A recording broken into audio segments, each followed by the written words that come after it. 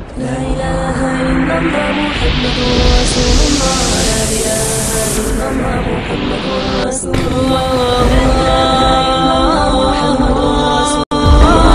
إلا الله محمد رسول الله.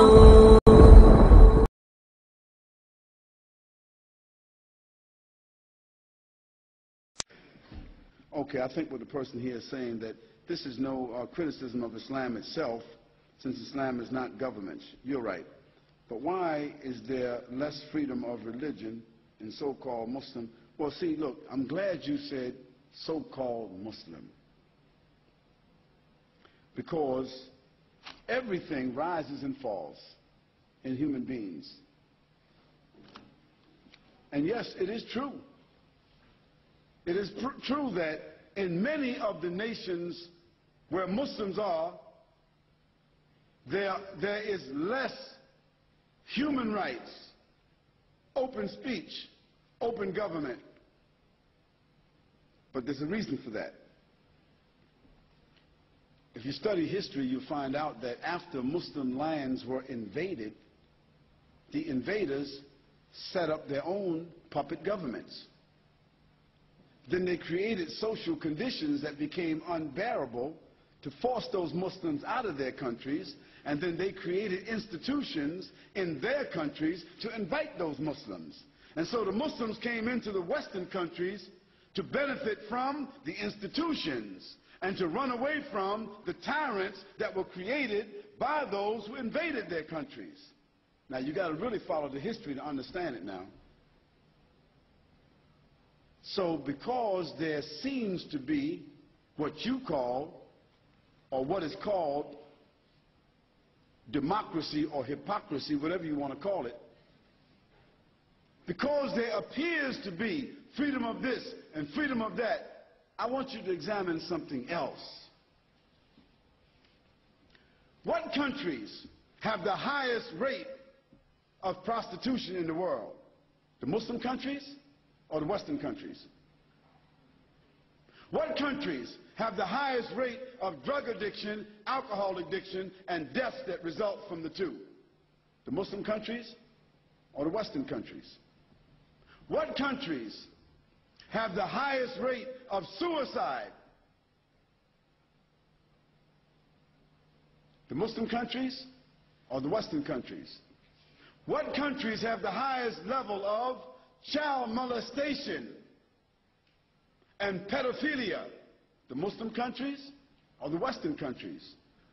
What countries allow pornography to be blatantly put on television, billboards, subways, magazines, in the public, blatantly? Muslim countries, Western countries. So I ask you, which one of those countries would you consider to be more civilized?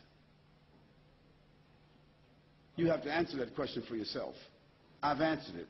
I've been to 37 countries. Now, of course, I thank God for the privilege of being an American, a Muslim American, because I have the best of two worlds. But Muslim American, not American Muslim. Because by being Muslim, I'm able to avoid most of the mines in the field of America. By being Muslim, I can avoid most of the corruption and the frustration and the immorality and the hypocrisy and the people whose lives are empty. This is by the grace of Almighty God. So I want to say to the person who asked that very nice question that the issue of freedom, don't mistake the issue of oppression by Muslim leaders to be a lack of freedom in terms of the people's spiritual ambition. Still, in the Muslim world, the adhan is called 5 times a day, even in the oppressor countries. Still, the people are regulated by the Quran. Still, you find that women in the Muslim countries, they're not wearing the veil, and they're not covering themselves, and they're not honoring family, and they're not honoring the vow of marriage. They're not doing this because they're forced to do so. I'll give you another statistic. Did you know that in the Western countries, Between the UK and America, I won't count Australia, just the UK and America, did you know that 516,000 abortions are done every year? 516,000 children's lives are stamped out because people feel they made a mistake. And it's been approved by the government. That doesn't happen in a Muslim country. Family, family, the word family is still a treasured word in the Muslim countries. Family has become a very abstract terminology in the West. And even male and female has become abstract in the West. Did you know that in the Western countries, two women can get married and adopt children? And did you know that in the Western countries, two men can get married and adopt children? That doesn't happen in Islam. Now, we won't go into the whole issue, the morality of whether somebody was born with that disposition and whether they got the individual right, so forth and so on, but animals don't do that. Christian, there appears to be difference in interpretation of Islam in many countries. Why is this? There's a confusion among Muslims about many things, because some Muslims are knowledgeable, some Muslims are regulated, some Muslims are honest, some Muslims are decent, some Muslims are God-fearing, and some Muslims are confused, like some Christians are confused. So Muslims are just human beings. But there's no difference among Muslims about the Quran. No Muslims in the world. All Muslims know the Quran. If I arbitrarily pick this Muslim, who I never met before I came to Australia, and I picked another Muslim who I never met from Indonesia, and I picked another Muslim who was from Arabia, and another Muslim from Africa, and another Muslim from Germany, and asked all of them to stand up, and I said, let us all recite from Surah Amma Yatasa'alun. I'll guarantee you, all of us would begin reciting until the end of that particular surah exactly the same, and we didn't know each other. But the Christians couldn't stand up and do that arbitrarily. You want to make that test? We can make the test.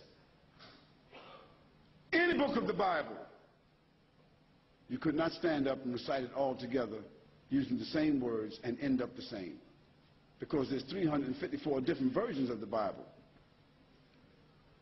And all the different denominations themselves don't agree the amount of verses or the amount of chapters or where they came from. I want to know that if God had the power to keep the Quran in its original form, why wasn't God able to save the other holy scriptures? It wasn't intended. And I'm not God, so that's not a question for me.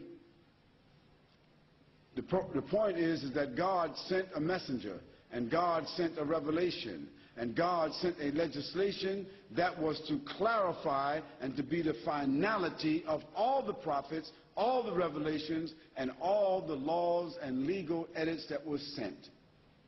So if you follow the Quran, you're following all the previous revelations. If you follow Muhammad, peace and blessing be upon him, you're following all the prophets. And if you follow Islam, you're following the deen, or the system of life that's been ordered by God to all the prophets. Why is there a need to preserve it in the beginning if it was only to a group of people when he sent it in the end for the entire world?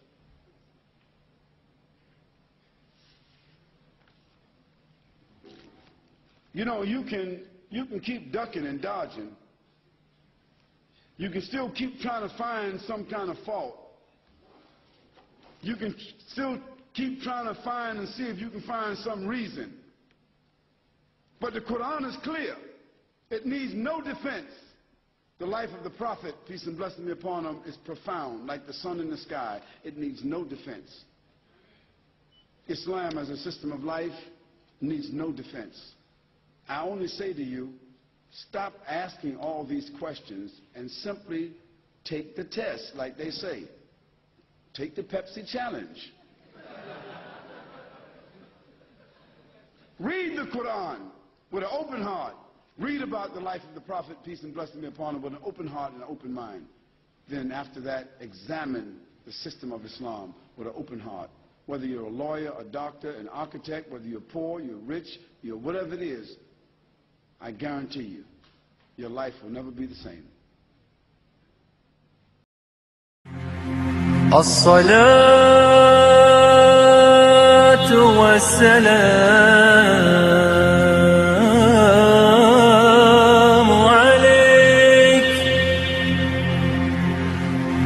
عليك يا